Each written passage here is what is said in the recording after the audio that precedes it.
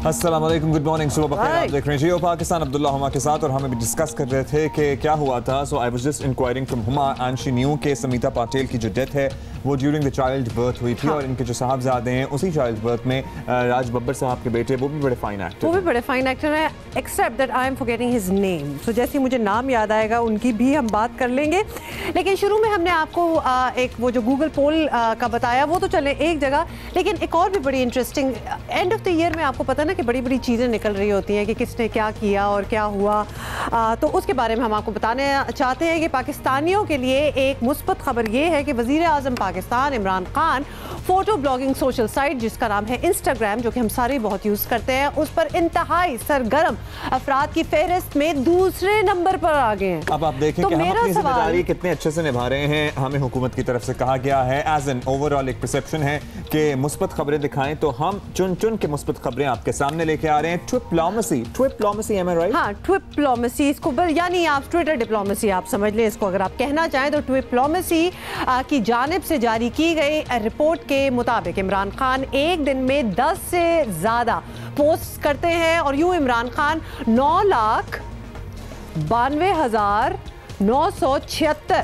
Followers के साथ, thank you very much. तो ये इनके जो मैंने बड़ी मुश्किलों से जो मैंने फिगर आपको बताया, एक दफ़ा दोबारा बता दूंगी, 9,92,976 फॉलोअर्स के साथ सोशल मीडिया नेटवर्क के फाल तरीन रहनुमाओं की फहरिस्त में दूसरे नंबर पर हैं। I am very happy. जनाब, ये तो थे वजीर आजम, लेकिन उनकी अहलिया और खातून अव्वल बुशरा बीबी भी इंटरनेट पर कम मारूफ नहीं है, कम मकबूल नहीं है। गूगल ने इन्हें अव्वलीन 10 शख्सियात की फहरिस्त जो जारी की है, जिनमें पाकिस्तानी अवाम के लिए तजस्सुस का सबब रहे हैं ये लोग, और इन्हें गूगल किया गया, सर्च किया गया। 2018 में सबसे ज़्यादा सर्च की जाने वाली पर्सनालिटी, जैसे कि हमने इब्तिदा में बताया आपको, कौन था? नान आददन खातून अव्वल बुशरा बीबी। और इस फहरिस्त में सबसे पहला नाम सर्टनली बुशरा बीबी का है, जिनके बारे में लोग जानना चाहते हैं, उनके बारे में पढ़ना चाहते हैं। और लिस्ट में दूसरे नंबर पर बरतानवी शहजादे हैरी की अहलिया मेगन मार्कल हैं, अंडरस्टैंडेबल क्योंकि उनकी भी इसी साल शादी हुई है। तीसरे पर गुलकारा मीशा शफी, और चौथे पर इमरान खान की साबिका अहलिया रेहाम खान है। Meesha Shafi I guess because of the controversy, me too situation, और रेहाम खान बिकॉज़ उनकी वो किताब आई थी एंड ऑब्वियसली, तो लिहाजा ये हमने पहले शुरू के आपको 4-5 बता दिए हैं। और इसके अलावा सिल्वेस्टर स्टेलोन को ना भूलें, और इसके अलावा बहुत से पॉलिटिशियंस भी हैं, जैसे कि हनीफ अब्बासी। अब मुझे नंबर नहीं याद कि कौन से नंबर पे आए हैं, 8वें या 19वें, I don't know, I have no idea. और फिर हनीफ अब्बासी से करीब करीब ही मेरा ख्याल है सनी लियोनी भी हैं जिनको सर्च वो तो खैर वो है ही ऑन द 10th नंबर। चलिए, ये तो वो लिस्ट जो हमने आपको बताई। सियासी मंजरनामे के लिए आज बहुत अहम चीज़ें हैं और बहुत अहम खबरें भी सामने आएंगी आज, क्योंकि आज लाहौर में ज़िमनी इंतखाबात का मार्का होने जा रहा है। हम सब की नजरें उस पर लगी हुई हैं, क्योंकि इसे ऑपोजिशन हुकूमत के खिलाफ रेफरेंडम करार दे रही है। क्या बनता है, क्या नतीजा निकलता है, ये तो शाम को मालूम हो जाएगा। लेकिन we have our guest, so we will give you an expert opinion on that as well. पहले आपको जल्दी से बता दें कि ख्वाजा साद रफीक की छोड़ी हुई पंजाब असेंबली की सीट पर आज लाहौर में बड़ा इंतखाबी दंगल हो रहा है, और मुस्लिम लीग नून के एहतसाब का फायदा किसे हुआ आज पता चलेगा। लाहौर के हल्का PP 168 में होने वाले ज़िमनी इंतखाब के लिए हुक्मरान जमात PTI के मलिक असद खोकर और नून लीग के राना खालिद महमूद कादरी में सख्त मुकाबला मुतवक्के है, और इस हल्के से पीपल्स पार्टी ने नून लीग के उम्मीदवार की हिमायत का फैसला भी किया है, और मुस्लिम लीग नून इसे हुकूमत के खिलाफ रेफरेंडम भी करार दे रही है।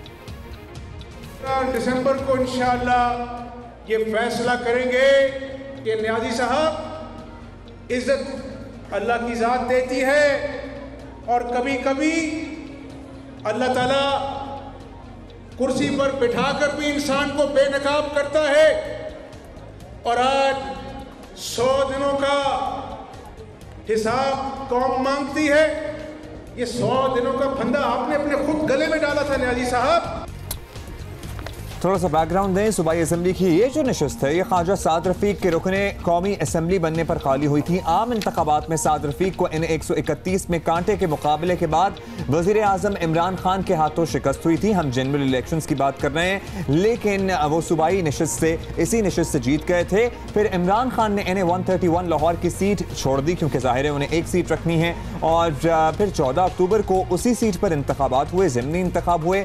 उसमें ख्वाजा साद रफीक ने PTI के हुमायूं अख्तर खान को हराया था। और फिर उसके बाद जो उन्होंने अपनी सूबाई असम्बली की छोड़ी, उस पर आज ज़िमनी इंतखाबी मार्का होने जा रहा है। अच्छा, we are going to get some on the ground situation क्या चल रही है वो भी पता करते हैं। नुमाइंदा जियो न्यूज़ अमीन हफीज़ लाहौर में है, जहां आज ये इंतखाबी दंगल होने जा रहा है।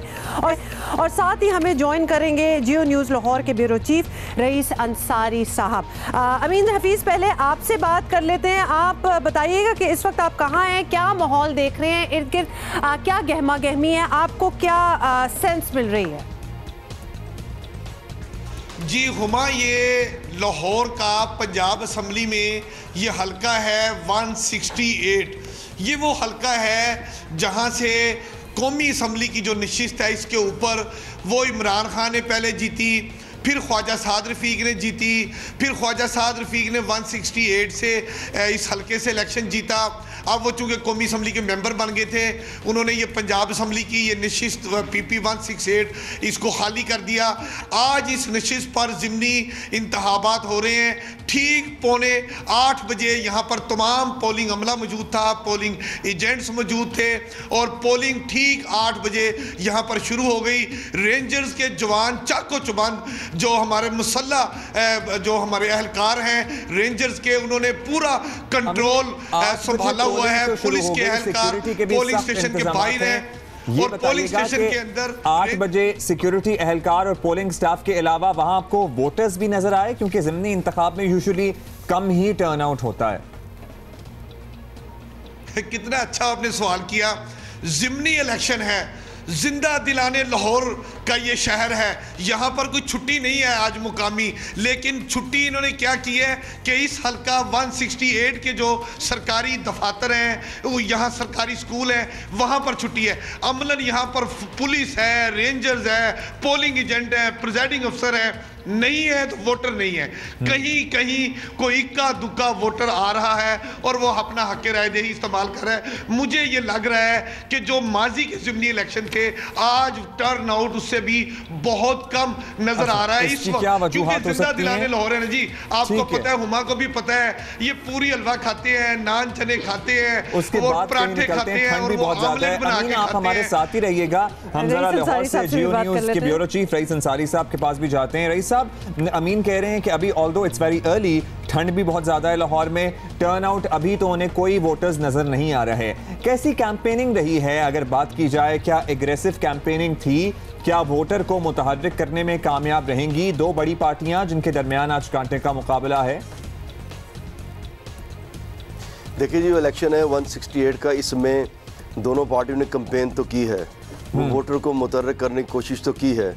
लेकिन आप देखें कि ज़मीनी इलेक्शन में कभी भी वो लोग वोट इस तरह नहीं डालते जिस तरह जनरल इलेक्शन में डालते हैं। जिस तरह एक ईद पे गहमा गहमी होती है, वो एक जनरल इलेक्शन में गहमा गहमी होती है।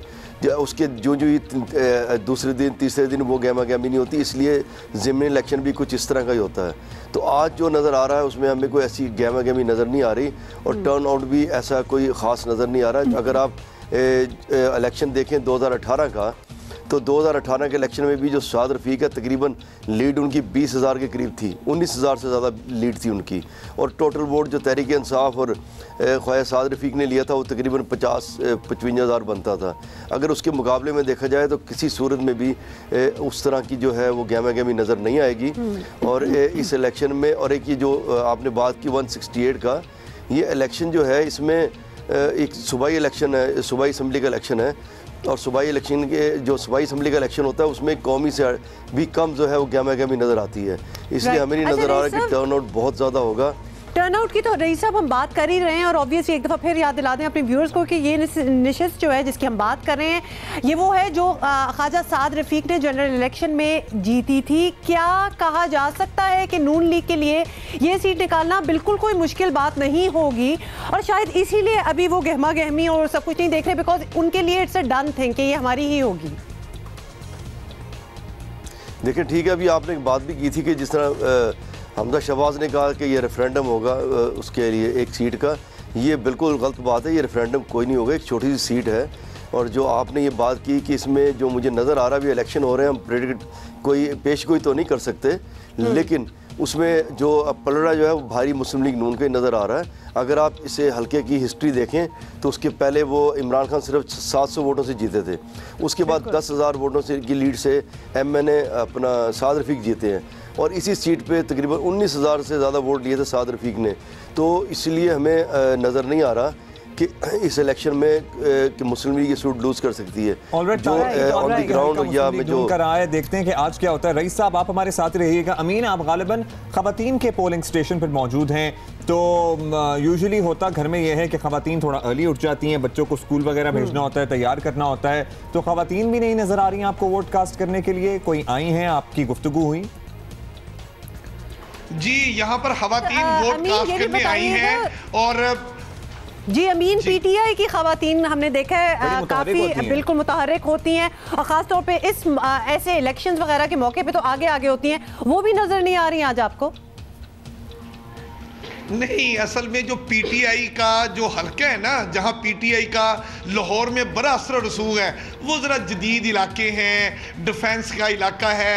ये जो इलाका जहाँ हल्का अब इलेक्शन हो रहा है, ये चुंगी अमर सद्दू का इलाका है। ये लाहौर से जो जनरल अस्पताल है, ये उससे ज़रा दूर जाके शहर से बाहर निकल के ये हल्का है। और मैं सादिक साहब से कहूँगा कि सादिक साहब आप ज़रा दिखाइए कि इस वक्त इस मेरे बीपर देने के दरमियान जो वोटर वो किस नौयत के लोग हैं। आप ये देखें, ये वोटर खतून वोट कास्ट करने आई है, आप वोट कास्ट करने आई हैं, तो ये जो वोटर यहाँ पर आ रहे हैं ये ऐसे लोग हैं, हम अभी इनसे ये तो नहीं कहेंगे कि इनका ताल्लुक किस सियासी जमात से है। और जो PTI के लोग हैं, वो PTI के लोगों का एक मखसूस अंदाज होता है, उनका एक कहा जाता है कि उनका ताल्लुक किस एज के नुमाइंदगी वो ज़्यादा करते हैं और किस एज के लोगों में उनके वोटर ज़्यादा हैं। अभी इस पोलिंग स्टेशन पे ना तो मर्द हमें वैसे नजर आ रहे हैं। थैंक यू सो मच अमीन हफीज, हमें अपडेट करते हैं। रईस साहब हमारे साथ मौजूद है। रईस साहब से हमने जानना है कि रईस साहब, ये जो गिरफ्तारी हुई ख्वाजा की और जो कार्रवाइयाँ जारी हैं मुस्लिम लीग नून की क़यादत के खिलाफ, जो वो कहते हैं उनके मुताबिक ज़्यादती हो रही है, इसका कोई असर देखेंगे हम इस ज़िमनी इंतखाब में? कोई वोटर हैं जो बात कर रहे हैं इस बारे में, आवाम बात कर रहे हैं लाहौर में, क्योंकि गढ़ समझा जाता था मुस्लिम लीग नून का लाहौर? देखिए, जो ख्वाजा बरादरान अरेस्ट किया गया, नैब ने अरेस्ट किया है। अगर आप थोड़ा सा इससे पीछे जाएं कि उससे पहले नवाज शरीफ अरेस्ट हुए, शहबाज शरीफ अरेस्ट, तो ये जो जहाँ तक मेरा ख्याल है, मैंने देखा है कि किसी तरह से भी कोई असर जो पब्लिक है वो इनकी अरेस्ट का नहीं लेती।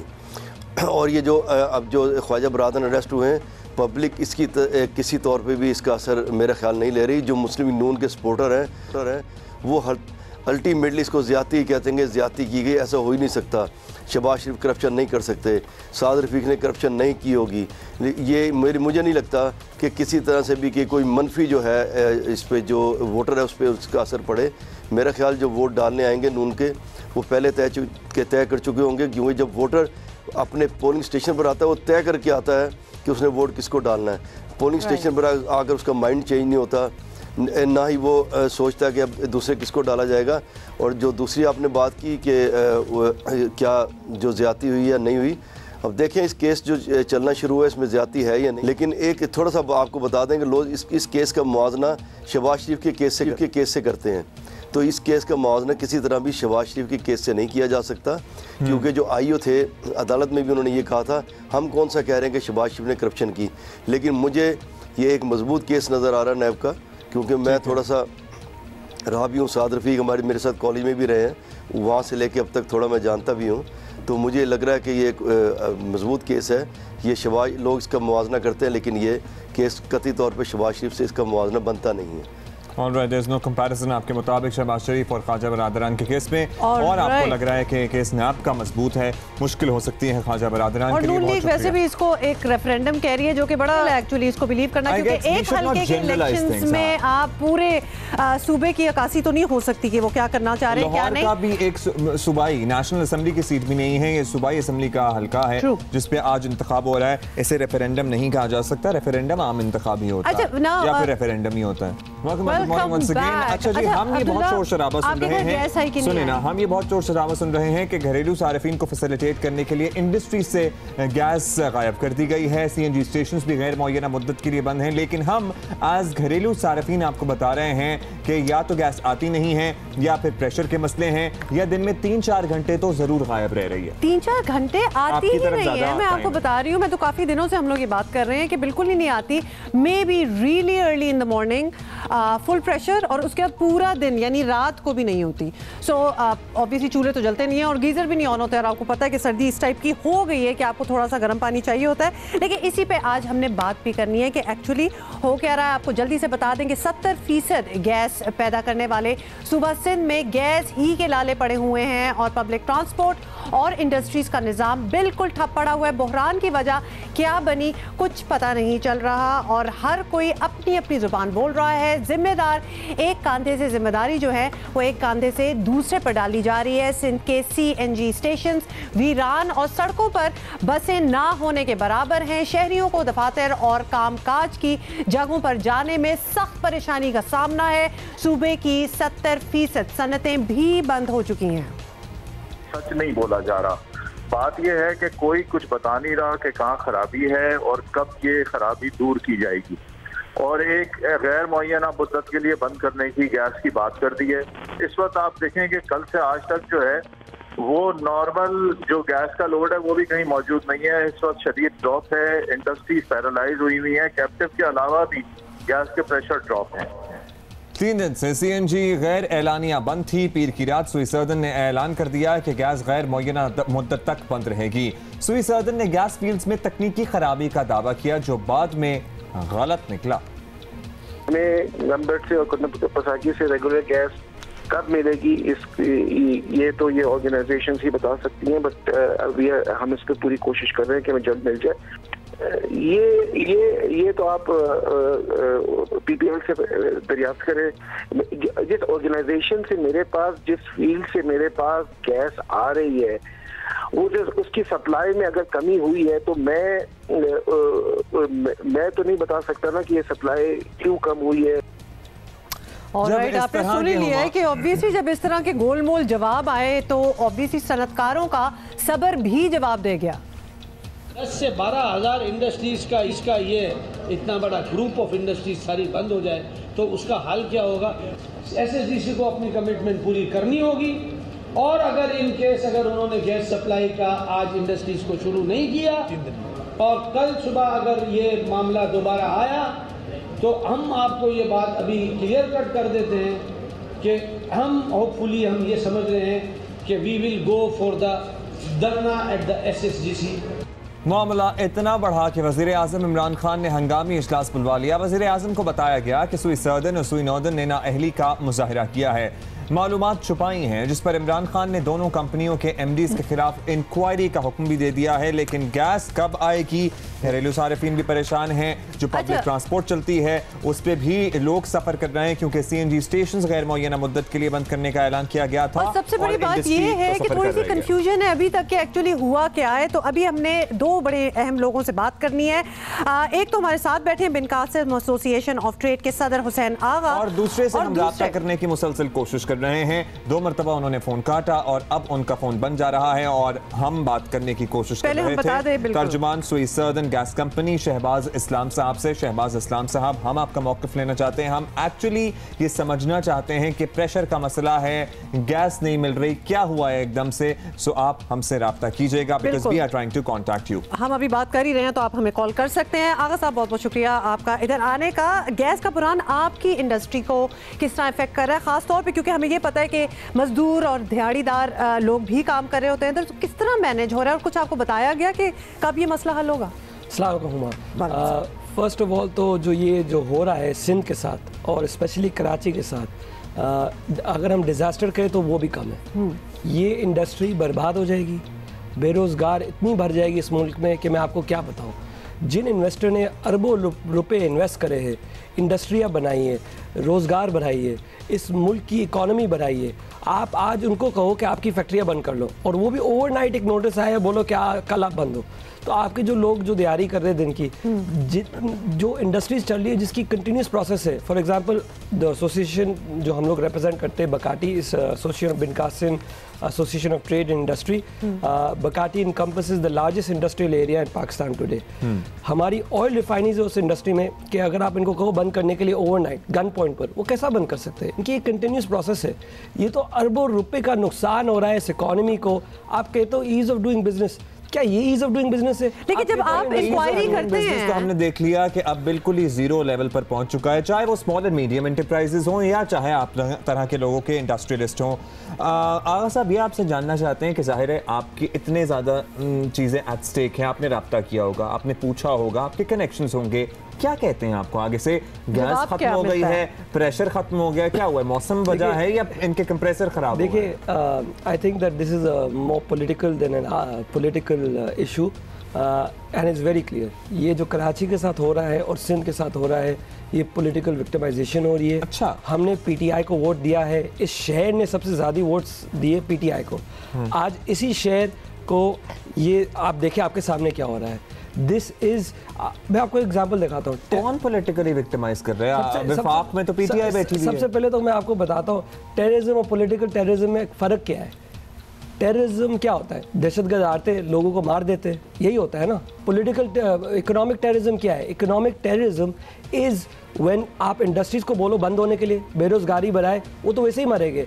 तो ये पॉलिटिकल टेररिज्म, इकोनॉमिक टेररिज्म और रेगुलर दहशतगर्दी में फ़र्क क्या है? यही है। आप समझो तो मतलब लोग तो स्ट्रीट पर आ जाएंगे, bringing people to their needs basically. लेकिन आज़ाद साहब ये ज़रूर बताएं कि वज़ीर आज़म ने कुछ दिन पहले एक मीटिंग की थी जिन पर उनको बताया गया था कि सर्दियों के मौसम के लिए गैस जो है वो प्रॉपर पूरी पड़ी हुई है and it will be provided to the rest of the country. अब आप किसको इल्ज़ाम देंगे, क्योंकि उन्होंने तो अपना काम किया बज़ाहिर? देखिए, इंजाम तो किसी का नहीं है, इट्स वेरी क्लियर। एक लॉ है, एक कॉन्स्टिट्यूशन है, पाकिस्तान की एक कॉन्स्टिट्यूशन है जो हमारे वज़ीर आज़म भी फॉलो करते हैं, इंडस्ट्रीज़ भी फॉलो करते हैं, हर बंदा फॉलो करता है। आर्टिकल 158 के तहत जो शुबा बनाता है गैस, सिंध बनाता है 70% गैस इस मुल्क का एंड वी ओनली कंज्यूम 30%। आप पंजाब को देखें, पंजाब 6% गैस बनाता है पूरे मुल्क का और कंज्यूम करता है 50% गैस। अगर एक लॉ है, सही है, आप RLNG पंजाब को दीजिए, कोई मसला नहीं है। जो जिसकी राइट है हैज़ पर लॉ। अगर आपको कुछ और चेंज करना है तो लॉ बदली करें। हुसैन, वज़ीर पेट्रोलियम के मुताबिक अक्टूबर में नोटिस भेजे गए थे और ये बताया गया था कि दिसंबर में गैस नहीं मिलेगी। ऐसा कोई नोटिस आपकी नज़र में आया? कोई इन्फॉर्मेशन दी गई थी? ये भी एक चीज़ हुई थी कि हमारे वज़ीर आज़म इमरान खान आए थे KCCI पर, उन्होंने सब इंडस्ट्रियलिस्ट को पैसिफाई करा था कि there will be no load shedding for industrialist.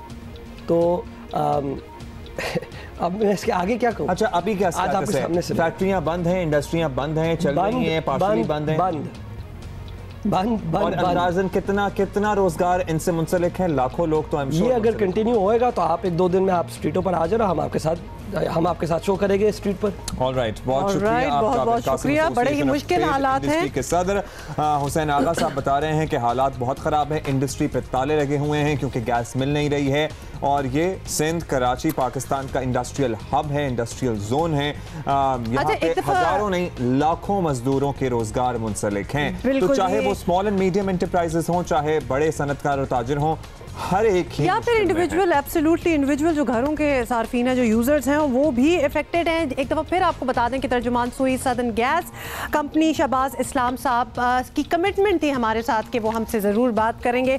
हम उनको ड्यूरिंग शो भी कॉल करते रहे हैं लेकिन उन्होंने अपना फ़ोन बंद किया हुआ है। Alright, we need to move on now.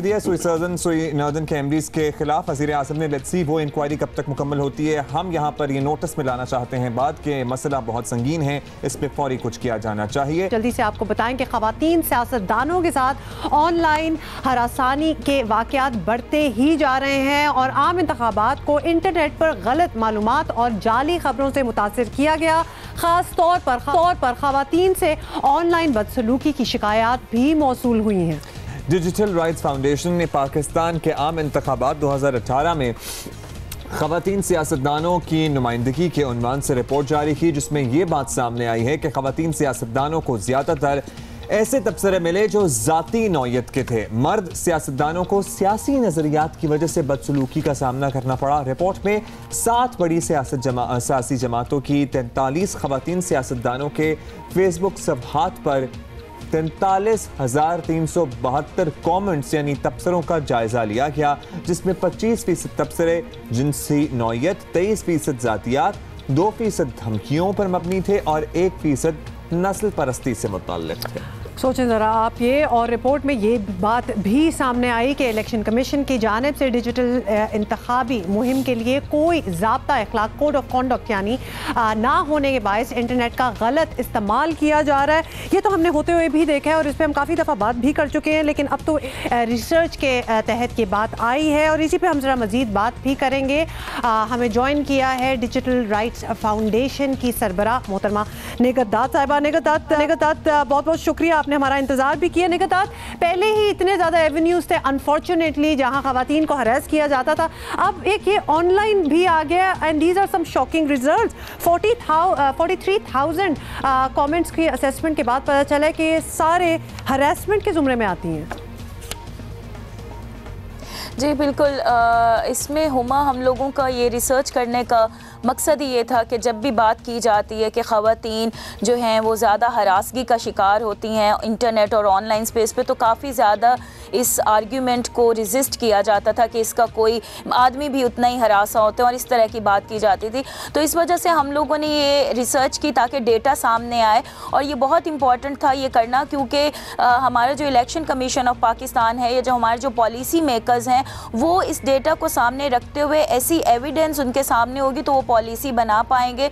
जो हम लोगों ने एक चीज़ देखी है यहाँ पे इस पूरी रिपोर्ट में वो ये कि जब लीडरशिप पॉलिटिकल पार्टीज़ की कोई ऐसी बात करती है तो सपोर्टर्स जो हैं वो उस बात को फॉलो करते हुए उसको आगे ऑनलाइन स्पेस में ले जाते हैं। तो ये एक ट्रेंड हमने देखा था कि अब्यूसिव कमेंट्स जब खवातीन सियासतदानों के ख़िलाफ़ होते थे तो वो ज़्यादातर लीडरशिप की तरफ से पॉलिटिकल पार्टीज़ के आते थे, उसके बाद फॉलोअर्स उसको आगे लेकर के जाते थे। अब्यूसिव ट्रेंड्स की आप बात कर रही हैं निगत, ये सर्वे सिर्फ ऑनलाइन डेटा पर मबनी था या फिर इन्हीं खवातीन से या खवातीन सियासतदानों से इंटरव्यूज भी कंडक्ट किए गए when they go into the public gatherings? क्या वहाँ पर भी इसी तरह के मसाइल का सामना करना पड़ता है या फिर चूंकि यहाँ पर तो आप घर पे बैठे हुए हैं मोबाइल से या लैपटॉप से सिर्फ टाइप ही करना है तो ठीक है, चैंपियन बने, वॉरियर बने, जो लिखना है लिख दें?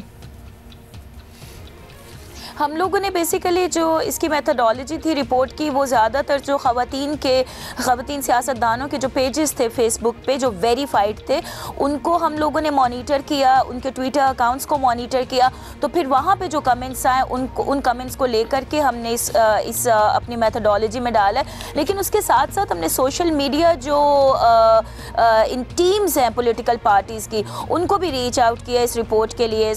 लेकिन हमने सियासतदानों को डायरेक्टली रीच आउट नहीं किया क्योंकि सियासतदान जो हैं वुमेन पॉलिटिशियंस वो खुद जब रिस्पॉन्ड करती हैं अपने ट्विटर पे अब्यूसिव कमेंट्स को तो वो खुद सामने आ जाता है कि वो किस तरीके से इस ऑनलाइन अब्यूज को देखती हैं। एक सवाल ये करना है मैंने कि एक तो किस पार्टी के सियासतदानों को ज़्यादा टारगेट किया गया, दूसरा किस नौयत के कमेंट्स थे, क्योंकि if we talk about journalist और एंकर्स यहाँ पर सबसे ज़्यादा कमेंट्स जो लोगों की तरफ से आता है लिबास पे एतराज़, कुछ भी आप पहन लें दुनिया में सबसे पहले कमेंट आता है लिबास पे एतराज़ को लेकर।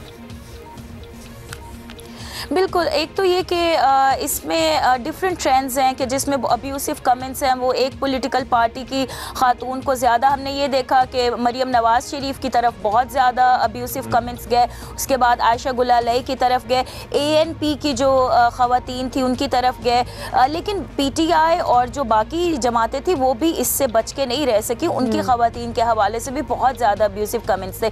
लेकिन इसमें अब्दुल्ला जो हम लिबास की बात कर रहे हैं हैं। यही हमने रिपोर्ट में एक चीज़ देखी कि बहुत से हमने अब्यूसिव कमेंट्स को जो है वो मुख्तलिफ फॉर्म्स में वो डिवाइड किया कि कौन से सेक्सिस्ट कमेंट्स हो सकते हैं, कौन से अनवेलकमिंग हो सकते हैं, कौन सा अब्यूज़ हो सकता है, कौन सा थ्रेट हो सकता है। तो जो सेक्सिस्ट थे वो ज़्यादातर इस तरह के जिसमें आपके लिबास के ऊपर कमेंट, आपके बॉडी के ऊपर कमेंट, आपके बालों के ऊपर कमेंट, आप कैसे चल रही हैं, आप कैसे बात कर रही हैं, तो इस तरह के जो कमेंट्स थे। और अनवेलकमिंग ऐसे जैसे हमने देखा एक ट्रेंड के कहना ब्यूटीफुल, सेक्सी, अब इसको पॉजिटिव तरीके से भी लिया जा सकता है, लेकिन जब हम मेल पॉलिटिशियंस को हमने देखा तो उनको ज़्यादा इस तरह पुकारा जाता था कि लायन और लीडर, और ये वाले जो आदमी पॉलिटिशियंस थे उनकी तरफ इस तरह की जो वर्डिंग्स थी वो ज़्यादा इस्तेमाल की गई। निगत, कोई आपकी रिसर्च में, क्योंकि मैं उस बात पे ज़रा अटक गई हूँ कि आपने कहा कि it comes from the top, अगर लीडर कुछ कह देगा, बेशक अपनी स्पीचेस में कह दे या फिर ट्विटर पे कह दे, जिस तरह भी है, तो वो फॉलोअर्स जो हैं वो ही रंग पकड़ लेते हैं और फिर वो ऑब्वियसली ये समझते हैं कि अब हमारा राइट है कुछ कहने का। सो आपकी रिसर्च से कुछ ये पता चला कि अगर फ्रॉम द टॉप ही रोका जाए, कोई लीडर ही इस तरह बात ना करे, तो देयर इज़ अ चांस कि नीचे तक वो ट्रिकल डाउन इफेक्ट ना हो और लोग भी आगे बातें ना करें। जी हुमा, हमने रिकमेंडेशंस में ये बात लिखी है और हम लोगों ने ये एक ट्रेंड नोटिस किया है, और हमारी रिपोर्ट रिलीज़ होने से एक दिन पहले ही अगर आपको याद हो तो हमारे एक वज़ीर ने एक ख़ातून जो सैनिटर है उनके हवाले से एक ऐसी ट्वीट की जो कि बहुत अनकॉल्ड फॉर थी। तो वो भी हम लोगों ने ये देखा कि जब लीडर्स कोई बात करते हैं तो वही वाले जो कमेंट्स उन्हीं कमेंट्स को आगे लेकर के जाते हैं, बल्कि उसका डबल द इफेक्ट हो जाता है, वो मल्टीप्लाई कर जाते हैं और वो बहुत आगे चले जाते हैं। तो हम लोगों ने ये रिकमेंडेशन दी है कि, और बल्कि हमारी जब हमने लॉन्च की थी तो सेनेटर शहरी रहमान जो थी वो मौजूद थी, PTI की पार्लियामेंटेरियंस थी, और उन्होंने ये एक सजेशन दी कि ये इस पर कोई कोड ऑफ कंडक्ट होना चाहिए कि जब parliamentarians, specially male parliamentarians online कोई बात करें तो उनको उस पर अकाउंटेबल ठहराया जाए, ख़ास तौर पे अगर वो बात फेलो फीमेल पार्लियामेंटेरियंस के हवाले से हो और जो कि इंस्टिगेट करे अब्यूज़ और हेट उनके खिलाफ। ऑल राइट, बहुत शुक्रिया आपका। निगहतदार हमारे साथ मौजूद थी। वो बातें हैं जो हम जानते तो थे, लेकिन अब इसको डेटा की फॉर्म में कंपाइल कर लिया गया है, अब आपको पता लग गया है। As a woman, something that you go through on a daily basis, जो कि आपको पता होता है कि हर किसी के साथ हो रहा है, लेकिन जब कोई रिसर्च होती है उस पर, जब डेटा कंपाइल होता है एज यू वर सेइंग, तो फिर आपको समझ आती है कितनी वाइड स्प्रेड चीज़ है। और वैसे भी जो लोग करते हैं, जो बिल्कुल they think it is their right कि जी हम कुछ भी लिख सकते हैं, और ख़ासतौर पे क्योंकि फेसलेस हैं, सामने आके बोलना बहुत मुश्किल होता है, फेसलेस इस तरह बोलना, तो आप भी सोचें कि what you are contributing to the culture that you are contributing to. ये वो बात है कि आप खुद एहसास करके बदल सकते हैं, लेकिन इस पे आपको कोई, आई डोंट थिंक कि कोई जेल शेल तो नहीं डाला जा सकता, और लेकिन खुद एक एहसास है, आपको बदल सकता है, बस आप खुद ही सोच सकते हैं, शऊर आ जाए तो फिर बदला जाएगा। हमारे साथ अहमद बिलाल साहब, बहुत बहुत शुक्रिया हमें ज्वाइन करने का। आज 4 माह हो गए कौमी असेंबली को बने, लेकिन ये अपना बुनियादी काम यानी कानून साजी नहीं कर पा रही, इसका जिम्मेदार किसको समझा जाए? देखिए, कानून साजी के मामले में तो बुनियादी जिम्मेदारी मेजॉरिटी पार्टी की यानी हुकूमत की होती है। उसी को कानून साजी का बिज़नेस असम्बली के सामने लाना होता है और पेश करना होता है, और फिर उसी को मंजूर भी करवाना होता है, क्योंकि अक्सरियत उसके पास होती है। प्राइवेट मेंबर भी बिल पेश करते हैं, लेकिन प्राइवेट मेंबर्स बिल्स बिलअमूमन चूँकि उनके पास मेजॉरिटी नहीं होती तो इसलिए वो पास नहीं होते। और पिछले चंद दिनों के अंदर असम्बली के अंदर कोई 8-9 प्राइवेट मेंबर्स बिल भी पेश हुए हैं, जिनके पास होने की उम्मीद काफ़ी कम है, अगरचे उनमें से 1-2 गवर्नमेंट के पार्टी के लोगों की तरफ से भी हैं, लेकिन वो प्राइवेट मेंबर्स बिल हैं। अभी तक सिर्फ 2 कानून पास हुए हैं, एक फाइनेंस बिल का सप्लीमेंट्री है और एक किसी अंदर और भी तरमीम हुई है। अच्छा अहमद बिलाल साहब, अब ये जो असेंबली है इसकी कार्रवाइयाँ यही रही हैं कि इल्ज़ाम तराशी की जाती है, फिर उस पर जवाब आता है, उसमें भी इल्ज़ामात लगाए जाते हैं, शोर शराबा होता है, बस यही होता है। ऐसा तर्ज अमल पार्लिमानी रवायात पर क्या असर डालता है? इज़ इट हेल्दी या फिर इसकी कोई लिमिट होनी चाहिए? ये कोई गैर मामूली बात नहीं है पाकिस्तान के कॉन्टेक्स्ट में। आपको याद होगा 2002 में जो असम्बली बनी थी वो तकरीबन पूरा 1 साल इसी शोर शराबे की नज़र हो गया था, क्योंकि वो असम्बली 17th कॉन्स्टिट्यूशनल अमेंडमेंट को मानने के लिए तैयार नहीं थी और उसके लिए फिर वो बाकायदा शोर शराबे का एक एहतजाज का सिलसिला असम्बली में जारी रहा था। तो ये असम्बलियों के अंदर जब हुकूमत और अपोजिशन के दरमियान ताल्लुकात कार कोई अंडरस्टैंडिंग पैदा ना हो तो उस वक्त ऐसी सूरत हाल होती है। और इस वक्त भी हम यही देख रहे हैं कि बुनियादी तौर पे हुकूमत और अपोजिशन के दरमियान एक वर्किंग रिलेशनशिप पैदा नहीं हुआ। हुकूमत बहुत एग्रेसिव है और अपोजिशन फिर उस एग्रेशन का जवाब भी उसी एग्रेशन से देने की कोशिश कर रही है। तो उसके नतीजे में ज़ाहिर है असम्बली की कार्रवाई स्मूथली नहीं चलती। कुछ अरसे तक तो ये बात किसी हद तक मैं समझता हूँ कि काबिल बर्दाश्त हो सकती थी, लेकिन अब चूँकि हुकूमत को अपना इस्लाहात का एजेंडा अगर लागू करना है, अगर उसको रूब अमल लाना है, तो फिर वो तमाम चीज़ें जो उन्होंने पिछले 3 माह में जिसकी तैयारी वो मुसवदा है कानून की शक्ल में यानी लेजिस्लेशन की शक्ल में असम्बली के सामने लाना होगा।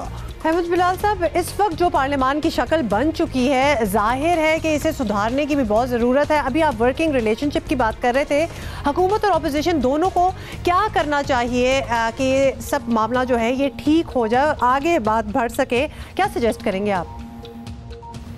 उसके लिए बहुत अहम बात यह है कि जो अपोजिशन और हुकूमत है ये बैठ के आपस में एक वर्किंग रिलेशनशिप के कुछ असूल तय कर लें और ये उसी वक्त होंगे जब तमाम बड़ी पार्टियों की जो टॉप लीडरशिप है वो इस बात में सीरियस होगी कि कोई सीरियस काम हो। अगर वही कन्फ्रंटेशन को प्रमोट करेंगे और ख़ुद भी प्रोवोक करने वाले बयान देंगे और उनके मेंबर्स भी असम्बली में आके ऐसे बयान देंगे जिससे असम्बली के अंदर कार्रवाई में रखना पड़े और एक दूसरे के ऊपर फिर ऐसे गैर पार्लिमानी तनकीद करने वाले अल्फाज भी इस्तेमाल किए जाएं जिसके नतीजे में न सिर्फ ये कि कार्रवाई ख़राब हो बल्कि वो हज़फ भी करने पड़े वो अल्फाज कार्रवाई से। तो ये सूरत हाल के लिए पार्टीज़ की जो लीडरशिप है और सबसे ज़्यादा जो रूलिंग पार्टी की लीडरशिप है जिम्मेदारी सबसे ज़्यादा आयद होती है। बहुत शुक्रिया आपका अहमद बिलाल साहब, हमारे साथ मौजूद थे और बात कर रहे थे हम ये जो अभी पार्लियामान बनी है 4 माह हो गए हैं लेकिन कोई कानून साजी नहीं सामने आ सकी। अच्छा, ये तो खैर हमने जिसमें फाइनेंस बिल भी शामिल है सप्लीमेंट्री। अच्छा, we have to move on. और आपको पता है ना कि मैं बहुत बड़ी फ़ैन हूँ रशियन प्रेसिडेंट पुतिन की। सिर्फ आप ही नहीं, मलेशिया की खातून अव्वल भी हैं। हाँ, लेकिन मैं अपनी बात करूँगी ना, मैं उनकी क्यों बात करूँगी, अभी तो मैं ही बैठी हुई हूँ। तो एनीवे बड़ी मिस्टीरियस उनकी बैकग्राउंड है, कुछ पता नहीं चलता कि वो क्या क्या कर चुके हैं क्या नहीं, लेकिन अब कुछ पता चल गया है।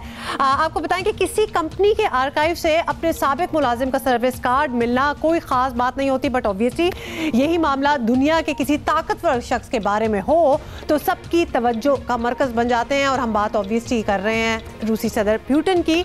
33 इयर्स पुराने जर्मन खुफिया पुलिस के सर्विस कार्ड जो है उनका मिला है। 1985 से 1919 के दौरान 5 साल यानी सदर पुतिन जर्मनी की खुफिया पुलिस सर्विस में ऑफिसर के तौर पर काम कर रहे थे और ये सर्विस कार्ड जर्मनी की खुफिया पुलिस ने अपनी आर्काइव से निकाल कर जारी किया है और जो कि दुनिया को रूसी सदर के माजी की एक बड़ी ही रेयर किस्म की झलक जो है इसमें नजर आ रही है। नेवर थॉट कि वो जर्मन साइन भी हुआ है उनका, व्लादिमीर पुतिन, और डेट ऑफ बर्थ भी है 52 की पैदाइश। अच्छा, और that's why you know since he has been a police officer उनको फिटनेस और ये राइडिंग और स्विमिंग एंड वेट लिफ्टिंग ये सारी चीजें बड़े रशियन जो है सीक्रेट पुलिस, अगर आप कहें कि GB whatever you want to call it, आप क्या कहते हैं, उसमें भी थे, बल्कि उसको तो मेरा ख्याल है हेड भी करे थे एट सम टाइम। लेकिन बहुत सी चीज़ें कही जाती हैं कहीं नहीं। प्रेजेंट तो आपको पता ही है। जस्टिस साकिब निसार ने थर का बड़ा बरवक्त दौरा किया है। यहाँ के मसाइल अब किसी से ढके छुपे नहीं हैं। खुराक और अद्वियात की किल्लत से बच्चों की अमवात का सिलसिला एक अरसे से जारी है। चीफ जस्टिस को थर में मिस्ट्री शाह आरओ प्लांट से मुताल्लिक ब्रीफिंग दी गई है और उन्हें बताया गया कि आरओ प्लांट में 20 लाख गैलन रोजाना की गुंजाइश है। ये एशिया का सबसे बड़ा आरओ प्लांट है जो सोलर एनर्जी से चल रहा है। आपको ये भी बताएं कि आरओ प्लांट के दौरे के बाद चीफ जस्टिस सिविल अस्पताल मिट्टी पहुंचे और वहां उन्होंने मुख्तलिफ वार्ड्स का मुआयना किया और सिविल अस्पताल के शोबा हादसात यानी इमरजेंसी वार्ड के दौरे के दौरान चीफ जस्टिस ने बरहमी का इजहार करते हुए कहा कि वार्ड में 2-3 गोलियां रख कर कहते हैं कि ये इमरजेंसी वार्ड है। ये उन्होंने पूछा और खुदा न खास्ता कोई बड़ा वाक़या हो जाए तो क्या होगा, ये भी उनका सवाल था। थर में 9 मौलूद बच्चों की हलाकतों से मुतालिक केस की समाअत के दौरान 7 दिसंबर को चीफ जस्टिस साकिब निसार ने खुद इलाके का दौरा करके सहूलियात का जायजा लेने का ऐलान किया था। मुशीर इत्तलात सिंध मुर्तज़ा वहाब हमारे साथ मौजूद हैं, उनसे बात करेंगे। मुर्तज़ा, शुक्रिया आपका।